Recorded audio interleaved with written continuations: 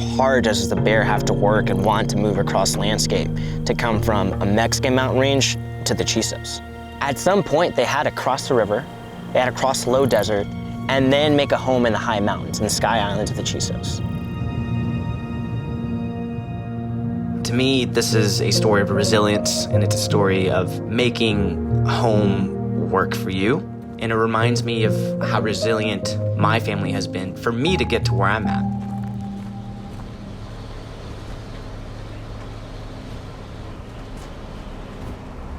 Storytelling with wildlife is a way to make it all relative to people, and so people care and give a shit about it.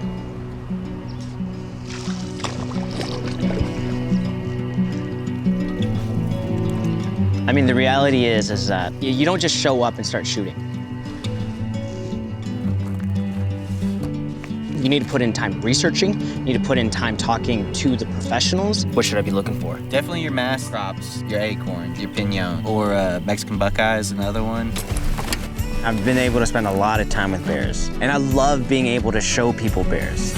And you know, at the beginning of all this, I was so confident to say, like, yeah, I'll get on some bears and we can document it, and that can kind of be the driving force of what we're doing.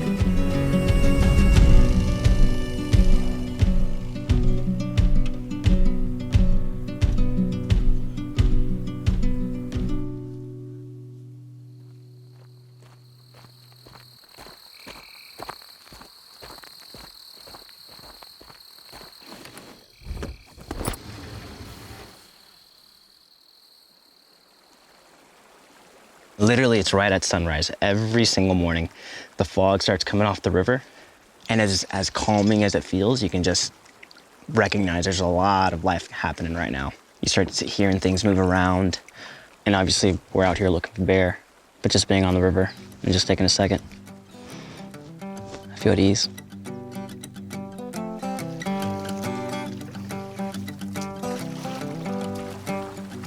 I think getting a bear on the river is probably like the crown jewel of capturing bears on film. Something I definitely hold out for and something to be amazing to capture.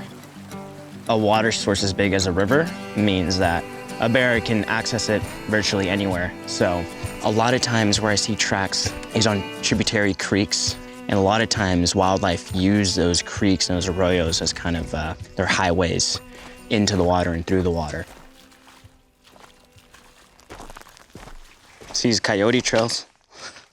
These tracks just go around. Oh, there's two of them. These are coyote too. So these tracks is a way for us to kind of read into their minds, right? And where they were going to, where they're headed. I think wildlife has a way of leaving its signature for us to read into it. Man, this would be such a good spot to see a print here. And this mud is just kind of like firm enough to have a defined print. So it's not like we would just miss it because the prints that are here are very defined. No bear, no bear.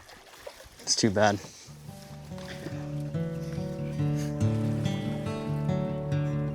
I got into what I do now, mostly because I fell in love being a dirtbag on the river. And I was guiding and I was doing what I thought was just fun, ended up being a line of work, and that got me into just the outfitter river guiding world. Because of falling in love with this river, I get to document wildlife for a living now.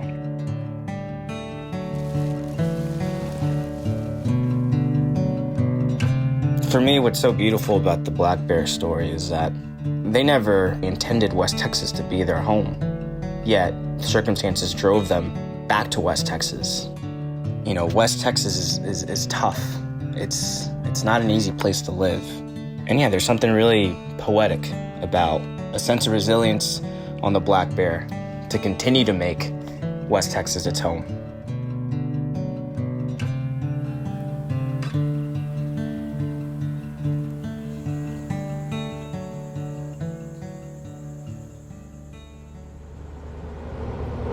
We're headed to a spring off the foothills of the Chisos.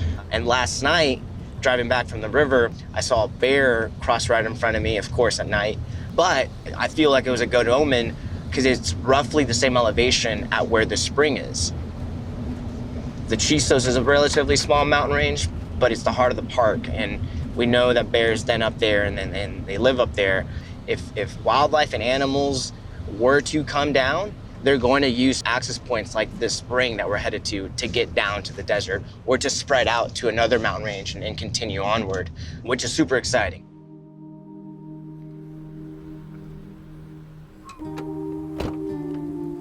There's more resource available now than there typically is, which means they're likely to spread out more. A lot of times, a lack of resource gives us success in that we know where there's year-round resource for wildlife. It's amazing to see this much water, but makes our work a little bit harder, which is okay. It's kind of old. It's kind of hard to see. Here's another one. But that's a bear.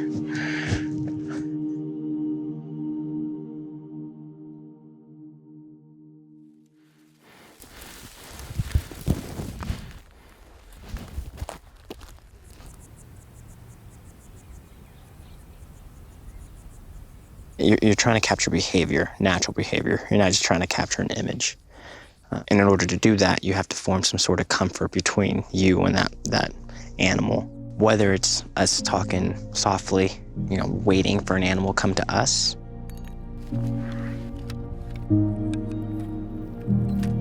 The ultimate goal is to create some sort of relationship and comfort.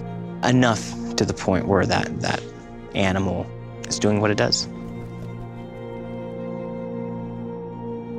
A lot of times I get myself worked up because I'll see sign and things might seem fresh. I'll get excited and it gets me worked up. And then there's this where we just kind of sit and wait and start glassing and put in the time to just take it all in.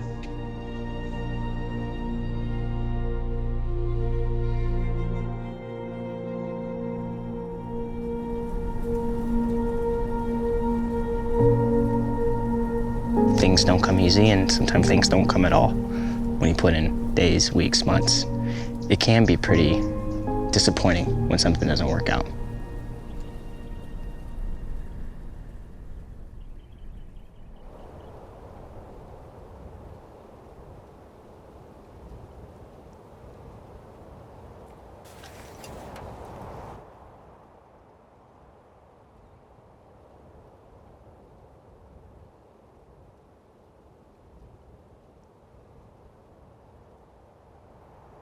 We're in the Sky Islands right now. We're taking a minute to just glass and sit still and really observe what's going on around us.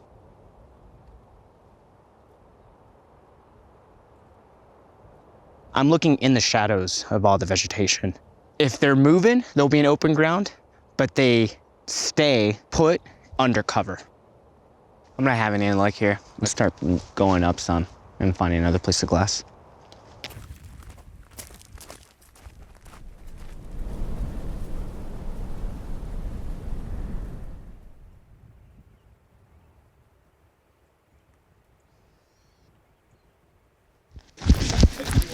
Cliff, I thought, real high up.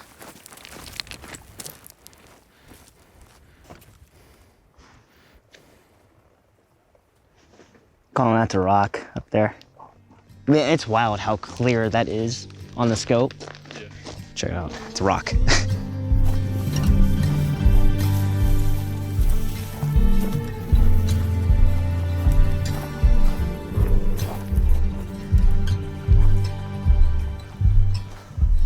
I feel like when most people think of bear country, they think of this sort of deep forested area. To me, this is kind of the iconic sort of habitat for bear. I think it's just cool that we have that in the Big Bend, probably the driving force of why they're here to begin with. Markings where bears have come up and obviously scratched their way up, clawed their way up.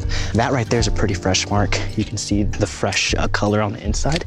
Check this out up here. You so clearly see them all the way up. It's frustrating to not have gotten on a bear yet, but sign like this that I know tells me that bear's here, bear's been here, bear's gonna keep being here, like that gets me excited. woodpeckers will spend months just work to fill these holes up with whatever seeds they can find. But the bears will come and they'll sabotage and take away their hard-earned work before they go into a bit of a rest for the winter. Bears eat whatever is available to them in whatever season we're in. And so with madrones, their scat is this red color. You can see the madrone berry seeds in there as well. This is super exciting. This is a good spot.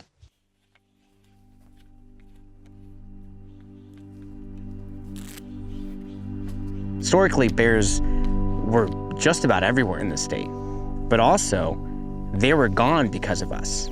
Here is an animal that had gone away.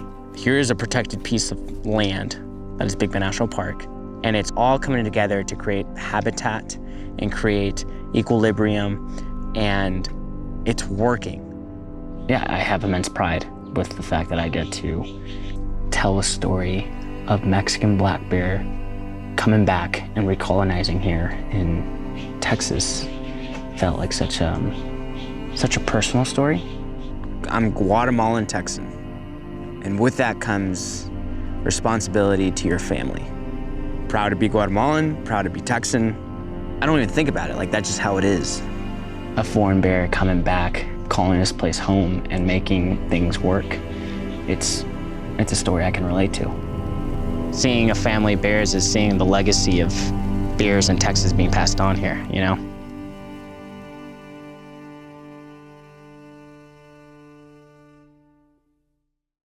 Of course. The camera guy from across the valley bumps a bear, you know, calls me over the radio, tells me to glass, sun's right in my face, I can't see anything. I'm hoping I can get a viewpoint up towards a mountain where I can actually see. And, you know, if we get on the bear, then hopefully we got a little bit of light to make a move on him. After days of looking for bear, the fact that someone in our party bumped into a bear, it's awesome. It's awesome. Like, you know, the point of wildlife filmmaking is to be able to document and get the message across that wildlife is here and wildlife is important, wildlife habitat is important, right? Like the things that we do isn't just for show and tell. It's a demonstration of what matters. And you know what? I'm gonna try my best to make a move, but it's not gonna get me down because someone in our group saw the bear today. And that's great. That's a good day. That's a good day. All right, let's glass.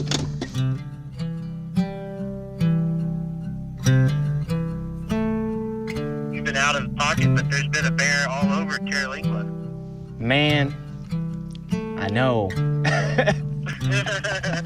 I'm looking for the bears and the bears are coming looking for me. Even if we did see the bear right now, by the time we scale up this face right here, it'd be pretty late into the night. Don't think we'd have enough light to shoot. So I think that's a day. I think we all have ego behind the things that we are passionate about. In the line of work that I do, you're only as good as the last shot you got. You're only as good as your last work. I've spent a lot of time with bears, and I've been super lucky and privileged to get intimate with bears. Yeah, it's amazing to document that bear, but knowing how special that is, knowing and acknowledging that that bear wasn't here at one point is really what gives me motive. The next 10, 20, 30 years will be a case study on how we as Texans, as bears continue to spread, what our actions will be as we take responsibility, understanding that we play a part, bears play a part, everything plays a part. But the Mexican black bear is a chance for me to kind of give back to this place. It's bringing it full circle, you know?